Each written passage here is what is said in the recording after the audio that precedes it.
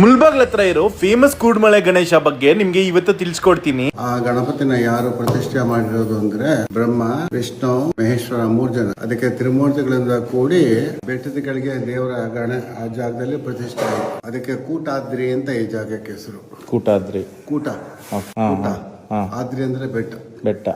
ಬರ್ತಾ ಕೂಡು ಮಲೆ ಆಯಿತು. ಕೂಡು ಮಲೆ ತಿರುಮೋದುಗಳು ಕೂಡಿ ಬೆಟ್ಟದ ಕೆಳಗೆ ದೇವರ ಪ್ರತಿಷ್ಠೆ ಆದ್ರಿಂದ ಕೂಡು ಮಲೆ, ಕೂಟಾದ್ರೆ ಕೂಡು ಮಲೆ 2 ಹೆಸರಿದೆ. ಅದನ್ನ ಈಗಿರೋ ಜನ ಆಡಭಾಷೆ ಕೂಡು ಅಂತ ಹೇಳಿ ಆಡಭಾಷೆ ಆಗೋಗ್ಬಿಟ್ಟು ಕೂಡುಮಲೆ ಅಂತ ಹೋಗಿದೆ.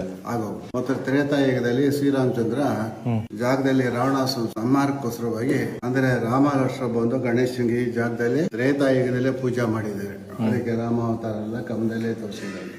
ಆಮೇಲೆ ದ್ವಾಪರಿಗ ಬಂದಾಗ ಮಹಾಭಾರತ ನಡೆಸಬೇಕಾದ್ರೆ 5 ಜನ ಪಾಂಡವರ ಕೈಯಲ್ಲಿ ಕೃಷ್ಣ ಪರಮಾತ್ಮ ಈ ಜಾಗದಲ್ಲಿ ಪೂಜೆ ಮಾಡಿಸಿದ್ರು. ಅಲ್ಲಿ ಗಣಪತಿ ಪ್ರತಿಷ್ಠೆ ಆಗಿರೋದು